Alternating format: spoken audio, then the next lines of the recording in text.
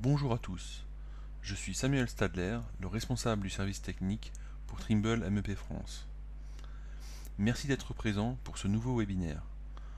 Vous êtes de plus en plus nombreux à venir partager ces échanges d'informations avec nous.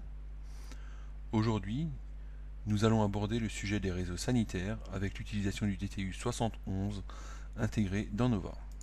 Nous allons débuter par un survol de la norme, puis nous appliquerons cette norme à la plomberie, puis au réseau gravitaire, et enfin nous exporterons tout ce travail dans une maquette BIM. Tout d'abord, commençons par la norme. Comme souvent, l'interprétation d'une norme varie suivant le lecteur. Et pour commencer, attardons-nous sur le chapitre Comprendre les normes situé en préambule de celle-ci. Nous retrouvons la norme DTU. Il est ici stipulé que seules les formes verbales doit et doivent sont utilisées pour formuler des exigences, ce que nous avions appliqué dans la programmation du module de calcul. Nous pouvons appliquer les deux méthodes de calcul, installation individuelle et installation collective. Les deux méthodes utiliseront les mêmes formules et ABAC, mais le seuil de passage pour l'utilisation des coefficients d'appareil ou le calcul suivant la formule de Colebrook sera à 15 coefficients pour l'installation individuelle, 5 appareils pour les installations collectives. Concernant le calcul de bouclage, comme cela est stipulé avec la formulation ne doit pas, nous détecterons les bras morts de plus de 8 mètres. Nous effectuerons les calculs de perte thermique suivant les déperditions réelles de l'installation du départ, soit la production d'eau chaude sanitaire, jusqu'à la distribution de CS, puis la boucle de retour. Passons maintenant à l'utilisation du DTU dans Nova. Vous retrouverez dans les bibliothèques de Nova l'ensemble des appareils disponibles pour le DTU, et chacun de ces appareils vont pouvoir représenter les débits en induction d'eau potable suivant les valeurs du DTU et les valeurs pour les eaux usées suivant les valeurs du DTU. Je ne reviendrai pas sur les notions de dessin de réseau que vous, je pense, connaissez, et je vais directement aller dans mon application de calcul qui va vous permettre sur votre réseau de venir lancer un calcul. Comme je vous l'avais dit tout à l'heure, nous allons pouvoir détecter les bras morts de plus de 8 mètres. Et ceux-ci pourront être visualisés rapidement grâce à la fonction zoom depuis l'appareil sélectionné. Il nous reste maintenant à venir compléter et dessiner un réseau de bouclage supplémentaire si nous le souhaitons. Nous allons pouvoir également faire un calcul de bouclage avec l'optimisation des débits. Vous retrouverez dans Établir système du module de calcul les différents paramètres que vous pouvez adapter si vous souhaitez utiliser d'autres valeurs, mais par défaut ce sont les valeurs minimales du DTU qui sont renseignées. Donc avec cette optimisation, il va appliquer les débits minimums par branche et il vous indique sur chacune des branches le débit antérieur et le débit optimisé, et vous retrouverez ainsi la nouvelle perte de chaleur.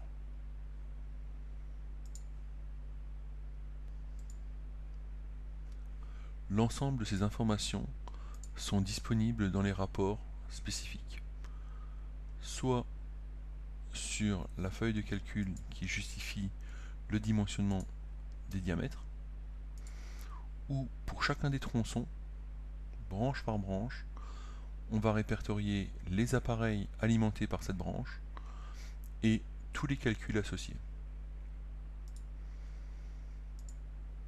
Nous pourrons également avoir une note de calcul bouclage qui celle-ci est exportée directement sous Excel, ce qui vous permettra de la personnaliser complètement.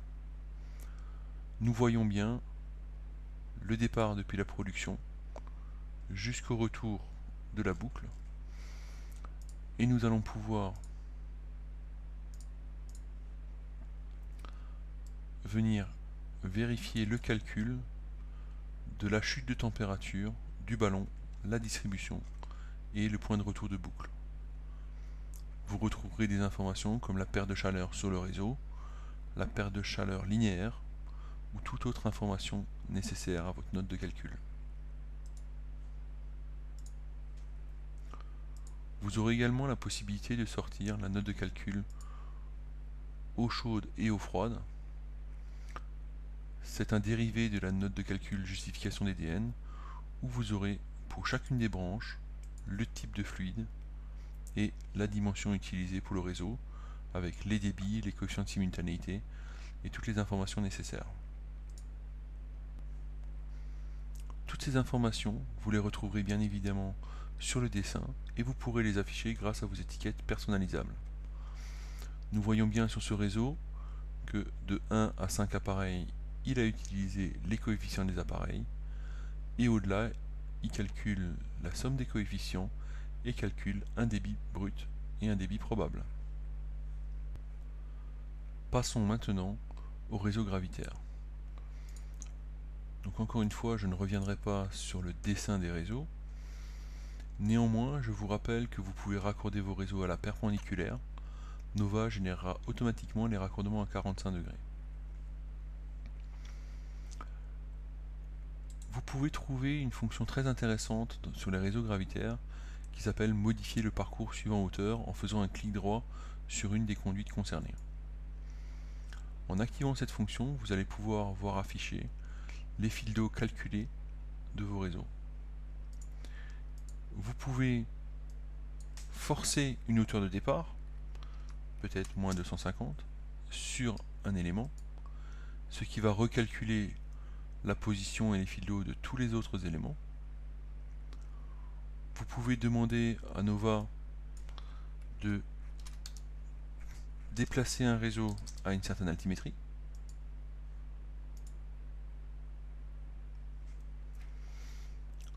Concernant les pentes des réseaux, vous allez pouvoir soit demander au logiciel de calculer la pente, soit vous allez pouvoir imposer une pente au logiciel et lui va recalculer automatiquement les réseaux avec les fils d'eau. Une fois ce travail effectué, vous allez pouvoir produire votre réseau en 3D.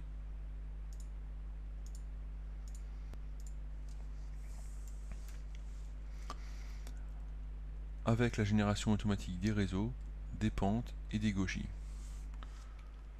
Ce réseau, visualisable en 3D,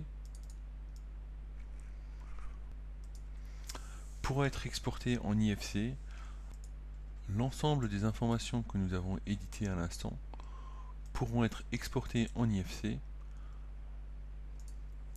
avec l'utilisation d'un mappage que vous pourrez personnaliser.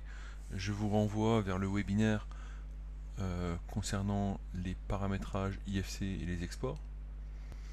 Et nous allons pouvoir ouvrir notre IFC dans une visionneuse BIM et vous retrouverez sur chacun des éléments exportés les informations telles que l'EDN, le système utilisé, le type de matériel, la pente, les débits, et ce sur les réseaux gravitaires, sur les appareils sanitaires,